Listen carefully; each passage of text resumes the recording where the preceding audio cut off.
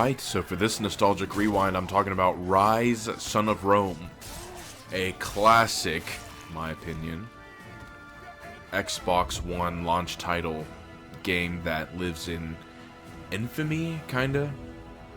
So, for some context, this was a Xbox One launch title game, and it was I'm not going to say superiorly, I like that's even a word, but it was super hyped, beyond belief. And I remember I couldn't get an Xbox One for a couple of years.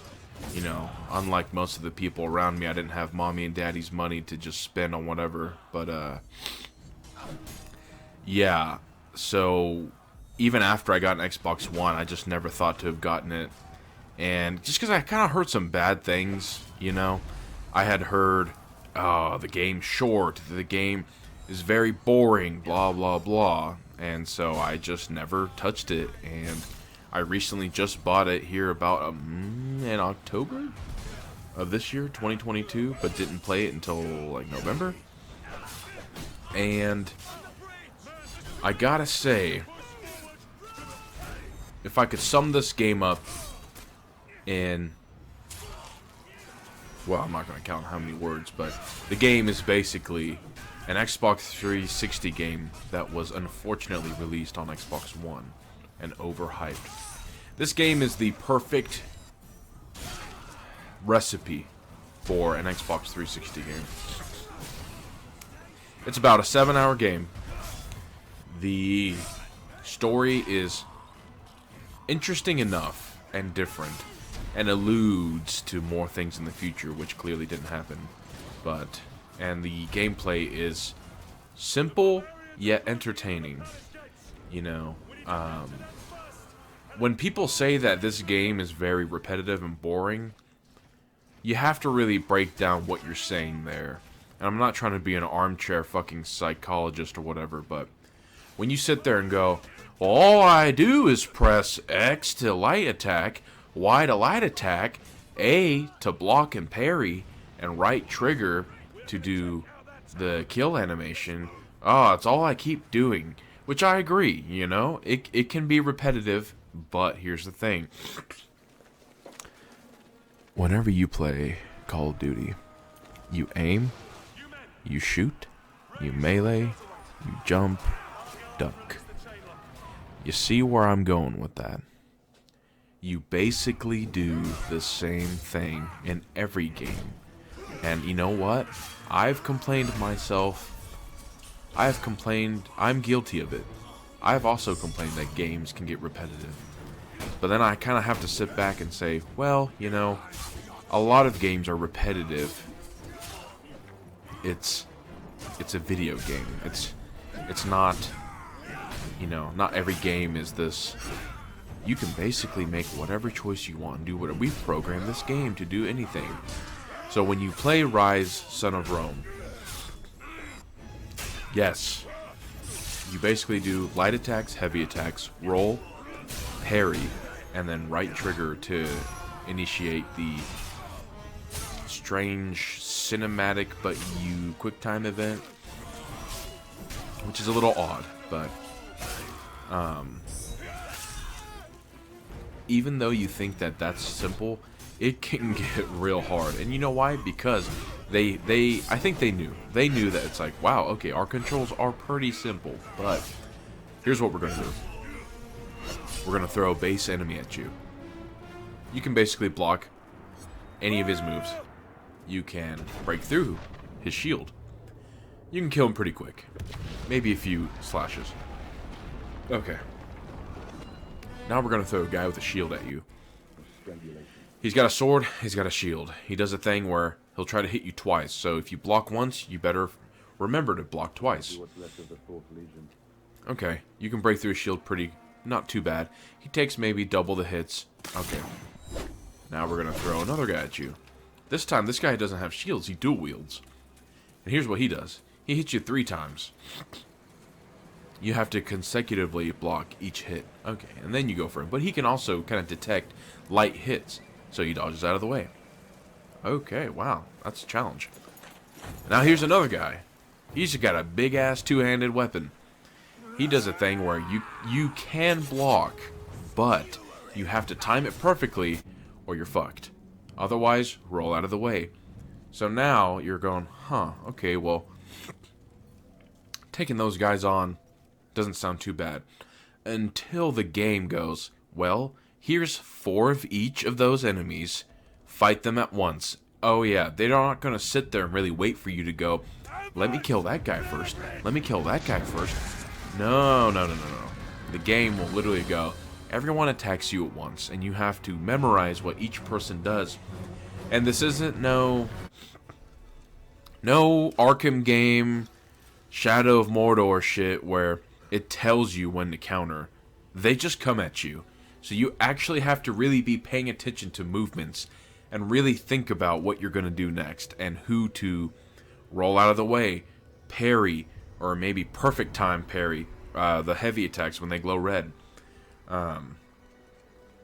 You know, like, they understood the gameplay was so simple, and yet they actually tried to make it difficult by adding in all these variations of enemies so that you fight them each differently. So, that's my part on the whole gameplay thing. And I think the gameplay is fun, you know?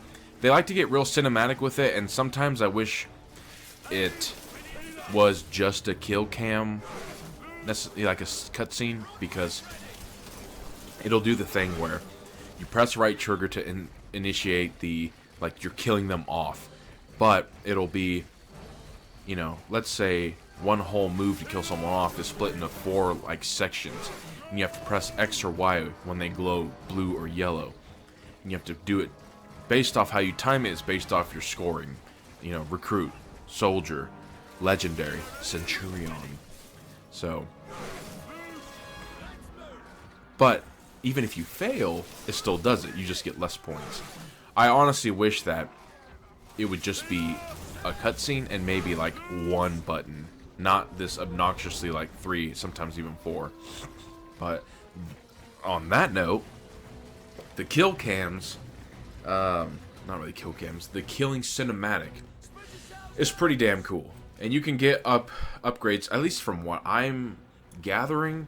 I got all the upgrades, and it says, you know, like, oh, upgrade executions and stuff. And it looks like after I got them, most of them changed. Like, there's more of a variation. So, you know, when an enemy has a skull icon over their head, that's when you can initiate the killing cinematic. And if you weaken 2 enemies and get them close enough, it'll actually do it where it's the cinematic on both. You're killing them both at the same time. And it has some pretty cool, gory stuff. I mean, you're cutting off their arms, you're stabbing them, you're throwing them over your shoulder, cutting their leg off. I mean, they're screaming, there's blood everywhere. It's pretty damn cool. They clearly cared about making a cinematic masterpiece, and it does suck that people don't seem to want to give it a chance. I mean, it's a game that I'd have to see if it's on Game Pass, but you know, I bought it for cheap, and it's just a fun game. It's also got a multiplayer where the servers are still online, and in my case on Steam there was a forum where, you know, hey, if you want to play RYSE Son of Rome multiplayer, put your name here. And wow, this game must be real popular in South America, because I've had like 3 people from South America add me, and they're playing like every day. And it's fun, you know. It's a PvE co-op, so you and a person online do challenges and arenas together. And funny enough, I have the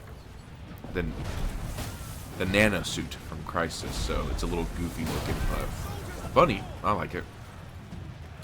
You can do like you pick classes basically in the multiplayer. It's neat. If anyone wants to play on PC, RYSE Son of Rome, I'll get on. I mean, to me, it's like a nice, like, I come home from work and play kind of game. But yeah, I guess that's gonna be it for the multiplayer part. I guess I can go over the story. Sorry, my allergies are freaking killing me today. So, the story, it's so strange because I wouldn't have guessed some of this stuff. It's very Assassin's Creed, the New Age Assassin's Creed games. This game feels like you could literally say this is a part of the Assassin's Creed universe, and I would believe it. There's this whole thing about it's like two gods playing a game where one wants to help your character Marius, you know, be the hero and champion, and another guy's like, oh well, my pawn is this, and they're basically, it's like a game to them. You don't really learn much about, I mean, I only know that much because of Google, because I beat the game. I'm like, who? What? Who are these? Like, what's happening? So, if it was very reminiscent of New Age Assassin's Creed with the whole precursor race and stuff, like, I would genuinely believe that this could easily be an Assassin's Creed game. But the story is, you know, it's your classic Roman soldier whose family gets killed. You know, wants to kill the barbarians that killed his family. He's killing them. Turns out, he finds out he was betrayed by his own emperor. So they think he died, and he becomes Damocles, this, you know, the Grim Reaper of Centurions. And basically he's like, I'm going to kill the emperor and his two sons who fucked me over. So you basically at the halfway point, or maybe the third act of the game, is you hunting down your Damocles, and you're hunting down the emperor and his sons, and you're also trying to kill the barbarian faction, which your guy kind of has remorse on.